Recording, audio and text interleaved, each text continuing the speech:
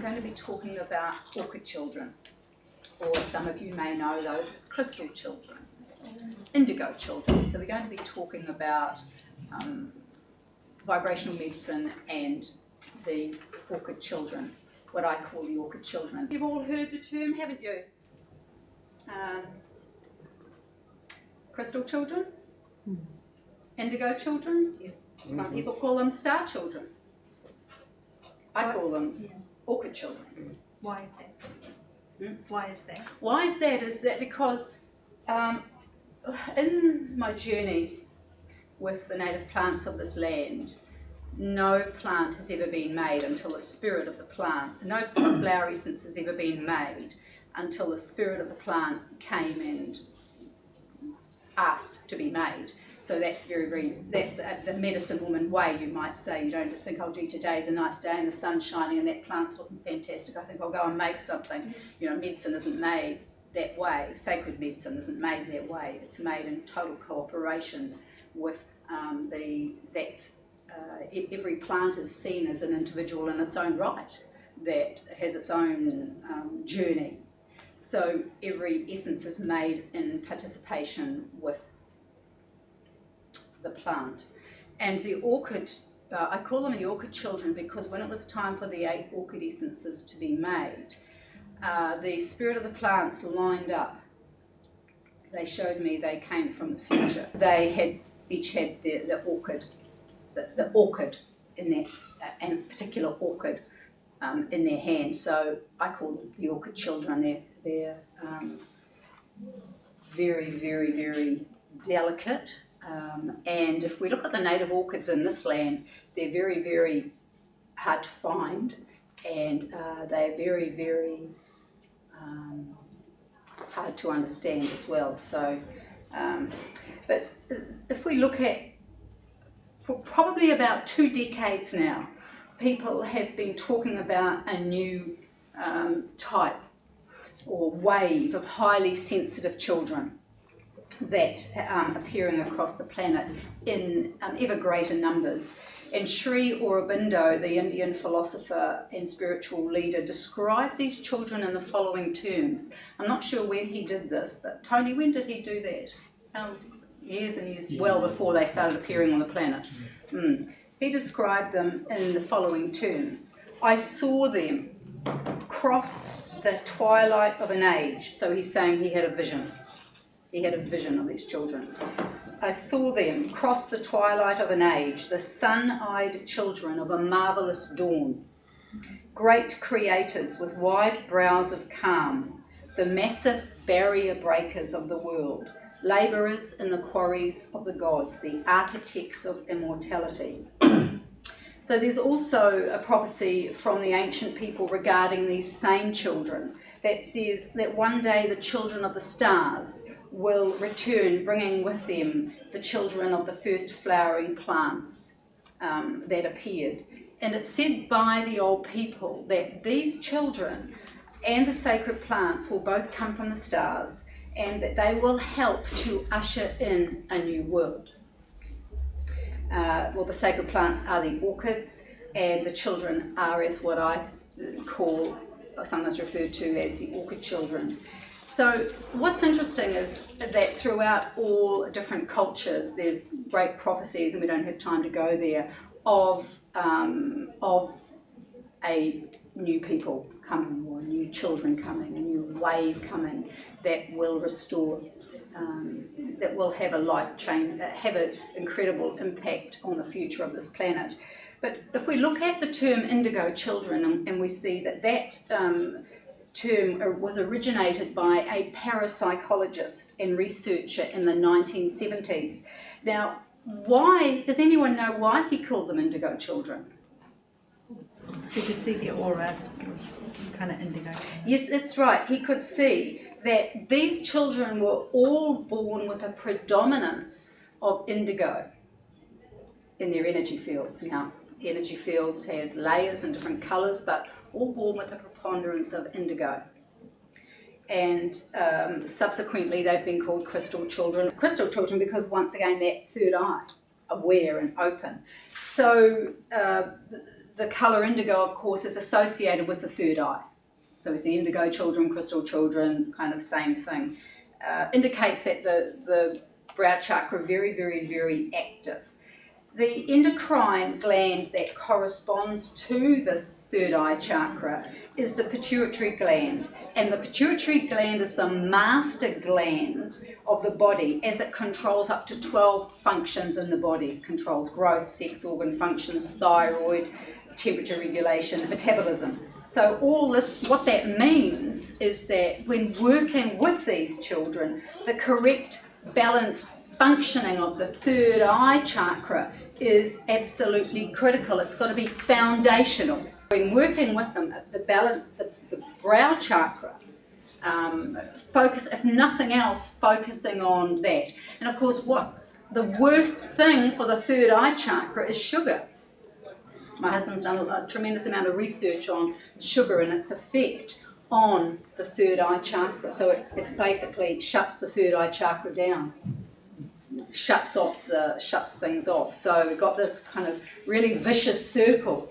We've got super high sensitive children who cannot cope with everything, and dulling it down with sugar and all of the problems associated with sugar. So really interesting time for these children to come into. So if we look at the characteristics exhibited by these children, it's easy to see the influence of the pituitary gland and third eye chakra in them. Some of the characteristics they exhibit are the ability to think abstractly. They're natural daydreamers and visionaries, intuitive and psychic, telepathic, precognitive, clairvoyant. They have an innate spirituality, which shows from a very early age.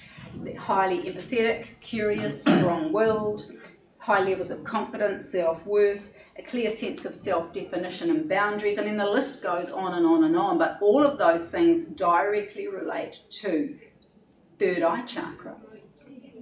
So their high energetic frequency or vibration, because, you know, people can vibrate at different levels.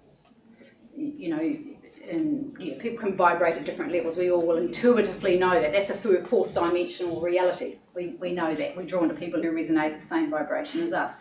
But these children vibrate at a very high frequency, which is why they needed their own frequency. The orchid essences are stellar frequency, stellar light. So they're very high frequency. So for them to function well, we need to look after them energetically. We need to look after them from a vibrational point of view. Another thing they're very attuned to is lunar cycles and lunar energies. So very important that those rhythms, you know, the rhythms of the earth are honoured in their life. Incredibly important. They also have a natural relationship with nature. And of course, you know, we live in a world where not so bad down here in Dunedin, but, you know, Auckland, other parts of the world, the desensitisation and you know, lack of relationship with nature, I think is now a whole problem in itself. A very real problem. So the key point is that they need support to fulfil their potential. You know, they are the next wave. They are here to make a difference, and they need supporting. And that support needs to come from nature, first and foremost. It needs to come with frequencies of light and vibration. Coming back to, right, we can assist these children with the highest frequency of energy from a vibrational medicine point of view.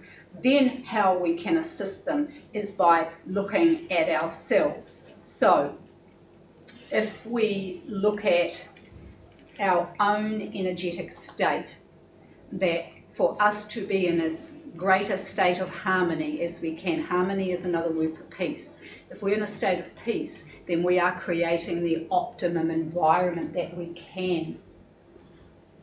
If we look at personal love as often needy, you know, it's needy, but peace and harmony is creating the greatest space of all. I've seen some terrible things done in the name of personal love, have you? Control, you know. The greatest is we come to that state of harmony and peace, which is the highest expression of love, creating the optimum condition for that soul, for ourselves as well. So the optimum conditions for that soul to blossom and grow and be all they can be. How we can do that is by taking care of our own business. Because if we are a mess, a seething mess of anger, frustration, judgment, righteousness, oh, pretty poisonous stuff for an indigo crystal orchid child, wouldn't you agree? Pretty the worst. We worry about polluting the earth every time we have a toxic thought, even a thought of judgment. We've just polluted our waters. And because we live in a sea of energy, we've just polluted the waters of that child beside us as well. We bring it back home to, right, what can we do to help these children? So we can help them, but we also need to look at ourselves as well. For these children and for yourself, if you're wanting to immediately sort of raise the vibration, is this triangle of essences here. It targets the brow chakra or third eye chakra. So star third clears that layer of the aura that receives our inner tuition. This number 49 is the tree essence that corresponds to the brow chakra itself, unblocks the brow chakra, keeps it balanced. And number 56, inkberry, is a seed essence which seeds back in the pattern for the healthy functioning of our brow chakra, because for many of us, often particularly women in an obvious way, but in a less obvious way men, we have forgotten, or we've become afraid of using. It comes down our lineage, you know, our bloodline, where there's a fear of, like my great grandmother used to read the crystal ball in Auckland in the 1920s. And, you know, used to get arrested all the time. And so there's a whole lot of fear around using our intuition that's come down from us, down our family line or past lives. For men, the problem is just as real, because they've been kind of conditioned with, oh, it's all a lot of hooey and rubbish. And what do you mean? What do you mean you've got that feeling? Or, you know, so there's issues for both genders. So this seeds back in the relationship with our own crystal child inside ourselves, you know, which is a pretty fantastic thing to be able to do, because that's our eye, you know, that's our spotlight. There's no mistake, those spotlights that they had, you know, the miners, it's a little bit like that. I don't know how I could get through my life without that spotlight, because it's pretty kind of hard going out there if you just rely upon these eyes. So having this eye is really our all-seeing eye. So that immediately, for each and every one of us, the crystal child in each and every one of us, the orchid child in each and every one of us, the indigo child in each and every one of us, the star child in each and every one of us, who knows the way home. And when I say home, I mean our right way through life, you know? The right way through life. And instead of getting lost down the highways and the byways, that's one of the greatest things we can do for ourselves, or for anyone that we know and love.